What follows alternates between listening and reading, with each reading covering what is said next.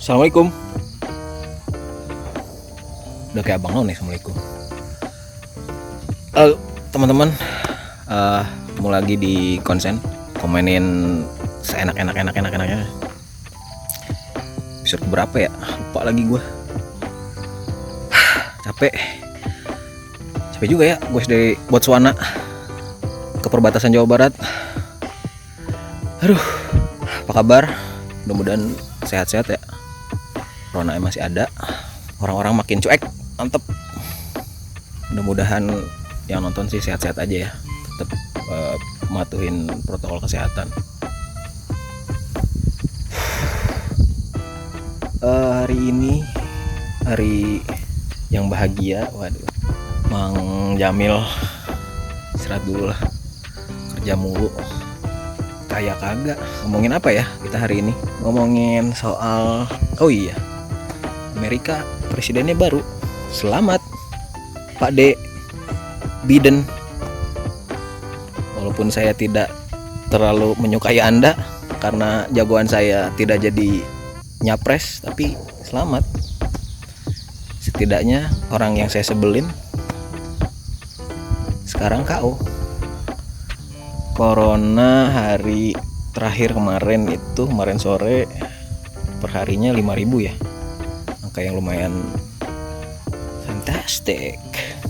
Kemarin itu ada masukan minta tolong ngobrolin itu dong Mang Jamil, ngomongin sistem kapitalisme. Waduh, Mang Jamil juga kagak paham banget, apalagi yang gitu-gituan. Kerjaannya anak kuliahan kan ya, sarjana. Kita mah sarjana otodidak kan. Tapi coba kita bahas deh ya, setahu Mang Jamil aja lah ya. Kalau belakangan nih anak muda, gue juga masih muda sih ya, anak-anak yang lebih muda dari gue deh, sering menertawakan orang yang kan orangnya ya, sering menertawakan ironi kehidupan yang kapitalistik gitu. Kalau ada orang berlebihan apa ya, lebih mampu gitu, tajir dah. Nah, kalau ada orang tajir diasumsikan bahwa dia itu kapitalis. Apa benar begitu? Gue juga nggak tahu. Tapi yang kalau untuk tepatnya, nggak tepatnya kali ya. Yang gue tahu aja deh. Yang gue tahu sih nggak gitu ya. Orang kalau kaya ya kaya aja, belum tentu dia kapitalis. Perlu dipahami juga ya, kapitalis itu kategori sosial masuknya. Kalau teorinya diterapkan di masyarakat, masuknya ya kategorinya kategori sosial. Cuma hidup di ruang-ruang sosial aja. Jadi selama dia tidak beroperasi atau tidak sedang beraktivitas, misalnya rapat pemegang saham gitu, atau rapat dewan direksi, ya dia bukan kapitalis. Kalau dia sedang di rumah dan sedang di rumah jadi kepala rumah tangga, ya dia kepala rumah tangga, sama aja kayak gitu. Kategori sosial tuh begitu. Kalau dia di rumah ya dia berarti kepala rumah tangga. Ntar kita sambung ya deh. Nah, barusan Mang Jamil diusir karena posisinya sekarang lagi di lapangan golf yang ditengarai milik mantan presiden Amerika. Terus barusan ya diusir karena ini private property. Nah, operasi kapitalistik itu menciptakan batas-batas wilayah kayak gini di tahap yang lebih advance gitu. Jadi kalau ada orang sekedar, ada orang tajir, belum tentu dia kapitalis juga. Kapitalis itu nggak sesederhana itu sih. Jadi kalau orang melabeli orang kaya itu kapitalis, sebenarnya nggak tepat juga ya. Tapi bebas, silahkan kalau mau beranggapan begitu ya, monggo, nggak ada yang larang juga.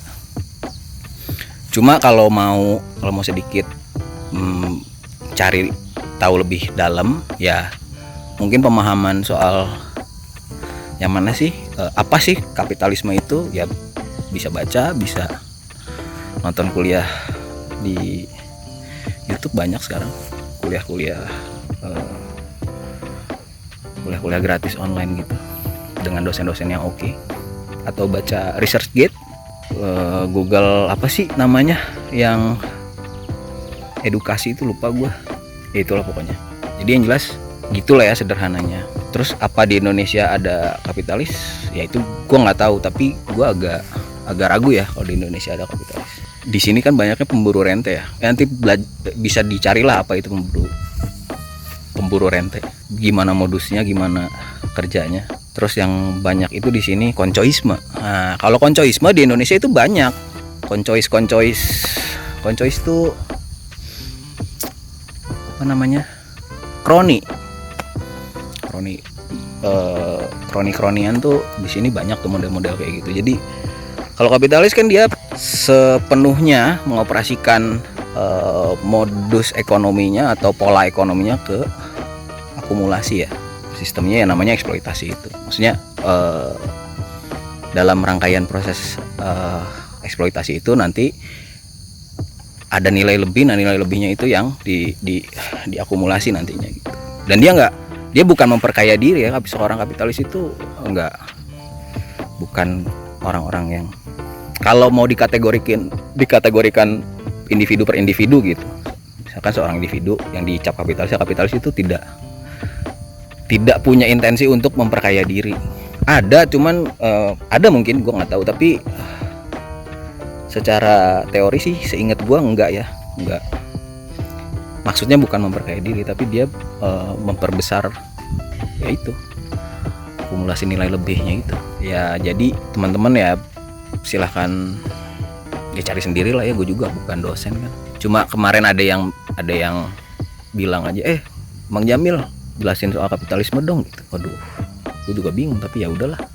Taunya gue cuman segitu gitu. Jadi kalau menurut gue kurang tepat rasanya kalau orang dibilang kaya terus dia seorang kapitalis. Dan itu kapitalis itu kategori sosial, nggak, dia cuma hidup dari ruang sosial.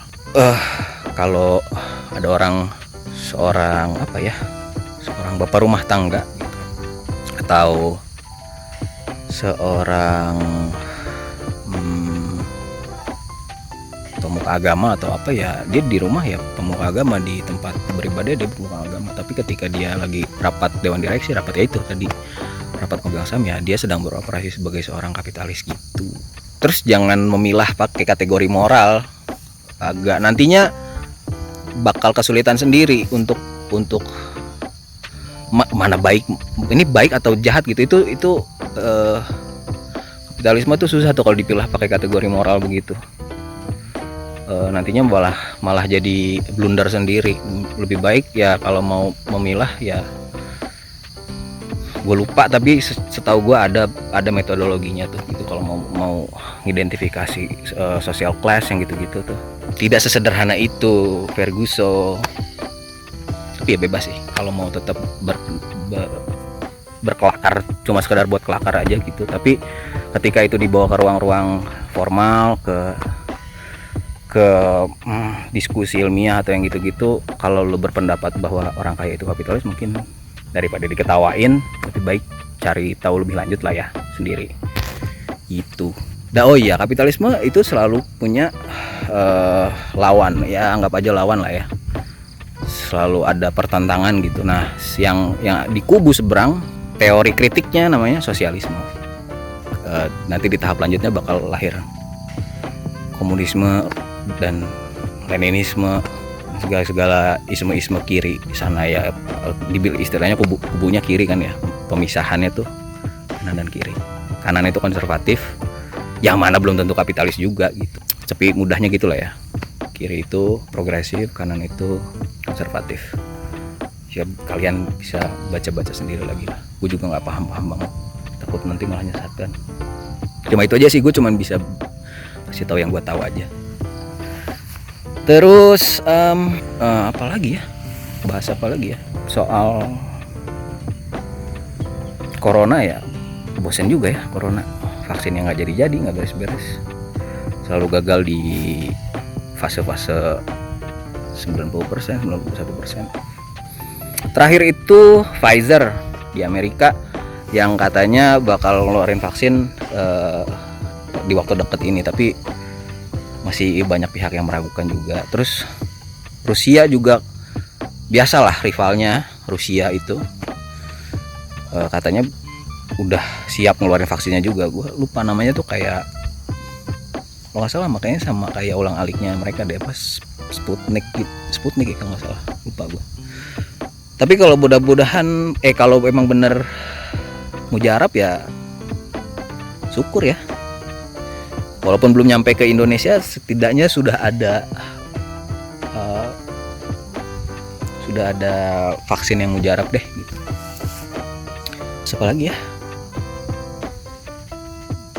itu aja segitu dulu kali ya, nanti kita sambung lagi, oke? Deh.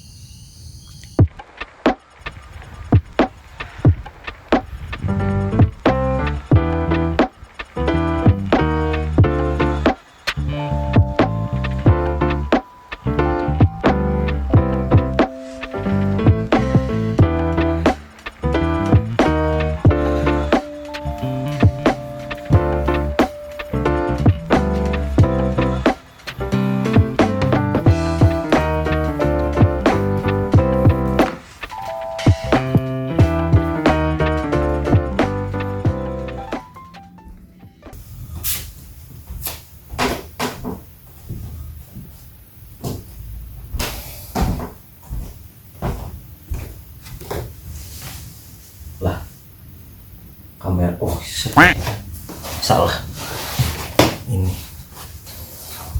sambungan yang tadi diusir lah ya, disambung lagi sekarang lagi dipindah tempat di yang aman-aman aja lah, di rumah sendiri. Lanjutin pembahasan apa ya, di soal COVID ya, soal COVID ya gitulah ya, intinya sih kita masih harus ngadepin ini gitu ya,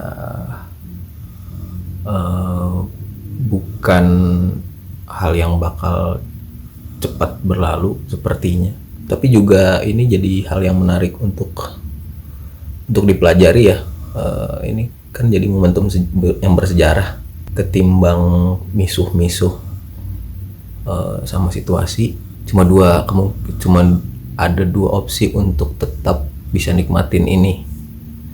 Satu, keep struggling untuk tetap bertahan hidup. Satu lagi ya ini, yang lebih seru nih justru mempelajari situasi sekarang. Nah, ngomongin soal menganalisa COVID ini atau memetakan COVID ini, gimana dia berimbas ke masa depan peradaban manusia. Banyak tuh penelitiannya dari berbagai perspektif lah. Nah, salah satu yang paling menarik itu datang dari beberapa tokoh ya. Mungkin salah satu yang paling dikenal itu Yuval Noah Harari ya. Dia sempat diwawancara soal COVID dan selain sebagainya, itu bisa dicari di YouTube channel lah. Banyak diskusi publik yang ngebahas itu sama dia. Atau ini salah satu yang Bang Jamil baca, bukunya Slavoj Zizek, judulnya ini Pandemic COVID-19 Mengguncang Dunia. Ini lebih ke wacana kritis ya, gimana Zizek coba melihat fenomena COVID ini justru malah mengemukakan watak asli yang tadi kita bahas di awal soal kapitalisme. Nah, Zizek coba mengemukakan itu lewat tulisannya di sini. Ini terbitannya PIN, penerbit independen. Ini masih ada di toko buku, bisa dicari. Jadi silahkan cari. Terus ngomong-ngomong soal pandemik, ya kita kan banyak yang mulai work from home ya, kerja dari rumah. Salah satu yang gua lakukan untuk tetap waras ya dengan menghibur dirinya, yaitu dengan membaca. Kadang gua nggak mungkin ketemu siapa-siapa ya, cuma ketemu orang rumah aja setiap hari, kan ada jenuhnya ya. Salah satu upaya untuk menjaga kewarasan itu ya dengan membaca yang sudah dibaca dan menurut gue lumayan menghibur dalam arti yang luas ya. Gue tuh jarang baca novel, tapi kayaknya butuh deh nih baca kisah gitu, jadi butuh dapat cerita gitu. Kalau baca novel kayaknya wah ada cerita-cerita yang nggak gue tahu, nggak gue alamin, bisa gue dapet entah fiksi entah true story gitu. Tapi kayak yang lebih menarik sih buat gue justru yang fiksi, karena kayak gue ketemu alternate universe gitu kalau gue baca fiksi. Ini yang gue baca itu tulisan novelnya Eka Kurniawan, judulnya Seperti Dendam Merindu Harus Dibayar Tuntas, yang kalau nggak salah akhir-akhir ini katanya sih bakal dibikin film, atau udah, gue nggak tahu, atau udah dalam proses penggarapan gitu. Ini Eka Kurniawan. Terus ada Putut EA, Para Bajingan yang Menyenangkan. Ini novel yang jenaka ya, tapi sekaligus apa ya, gue cukup bisa relate sama cerita-cerita di sini lah. Putut EA, Para Bajingan yang Menyenangkan. Terus nah ini tadi di awal bahas kapitalisme. Nah soal kapitalisme ini buku yang bisa dibaca tuh banyak banget, mulai dari yang menjelaskan, terus yang kritik, yang mendukung, dan segala dan sebagainya lah, spektrumnya luas. Ini salah satu yang, karena gue bukan pembaca yang baik ya, dan rata-rata pembahasan teori-teori soal kapitalisme itu buku-buku berat ya. Ini salah satu yang mudah dibaca atau untuk pemula lah, keluarannya Resist Book, Kapitalisme, Teori dan Sejarah Perkembangannya. Daripada baca, bukan daripada sih, lebih baik kalau lu mau baca karyanya Adam Smith misalkan, yang The Wealth of a Nation gitu, lebih baik kalau bisa paham. Kalau gue nggak, kemampuan literasi gue nggak secanggih itu, jadi gue baca ya ini kayak ini intisarinya aja lah gitu, kayak rangkuman aja dari berbagai perspektif. Ini ada covernya tuh kartun, ilustrasi. Ini dari eranya, dari belakang ini yang paling awal, ini yang paling kesini lah ya. Adam Smith, Karl Marx, Werner Sombart, Keynes, sama Milton Friedman gitu. Oh iya, mungkin banyak yang bertanya-tanya kenapa Karl Marx ada di pembahasan soal kapitalisme. Banyak juga yang nggak aware, atau mungkin gue nggak tahu, gue juga belum baca Manifesto Komunis atau Das Kapital ya. Tapi kalau nggak salah, Das Kapital kan dia buku berseri ya, berapa volume gitu gue lupa. Nah di awal-awal itu kalau nggak salah itu menjelaskan betapa kagumnya Marx sama kapitalisme gitu. Jadi dia melahirkan teori kritik itu setelah mendalami soal-soal kapitalisme, dan dia ngerasa ada potensi krisis di dalamnya gitu. Akhirnya dia mengemukakan lewat teori kritik. Terus apa lagi ya? Kalau yang suka puisi Amerika Latin, Pujangga lah ya.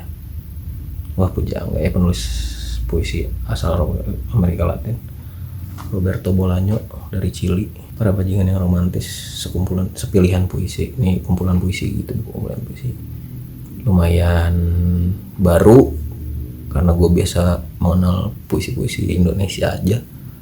Gue coba pengen tahu puisi dari tempat yang gak gue kenal sama sekali. Dan belakangan ini lagi banyak dibahas ya, karya-karya sastra dari Amerika Latin. Salah satu penulis yang lumayan lagi naik juga, lagi banyak dibahas tuh ini Roberto Bolaño. Itu aja kali ya buat nutup konsen kali ini, biar nggak bosen. Untuk ngakalin WFH, kalau dari gue mungkin bisa mulai baca, nggak buat jadi pinter, nggak, biar ada kegiatan aja sebenarnya. Nggak usah terlalu ekspektasi kejauhan. Wah kalau gue baca gue jadi pinter, enggak sih, gue enggak. gue baca banyak tetap aja gini, tetap aja Jamil. Tapi setidaknya ada kegiatan lain lah daripada mumet-mumet sendiri selama WFH gitu. Itu aja kali ya. Nanti di episode yang akan datang kita bahas hal-hal yang lain. Oh iya, kalau mau ngajuin tema bahasan boleh di kolom komentar nanti di video ini. Terus kalau memang mau dari pembahasan gue ada yang mau nyanggah atau mau ngerespon ya silahkan di kolom komentar, monggo aja, tapi belum tentu direspon dengan perdebatan yang serius produktif, belum tentu juga. Gue juga kan nggak secanggih itu ya, tapi seenggaknya itu buat outlet kalian ngerespon tema yang gue lontarkan lah gitu. Ya segitu aja, sampai jumpa lagi di konsen episode berikutnya. Tetap sehat, tetap semangat, mudah-mudahan COVID-nya cepat beres. Billahi taufiq wal hidayah. Assalamualaikum warahmatullahi wabarakatuh.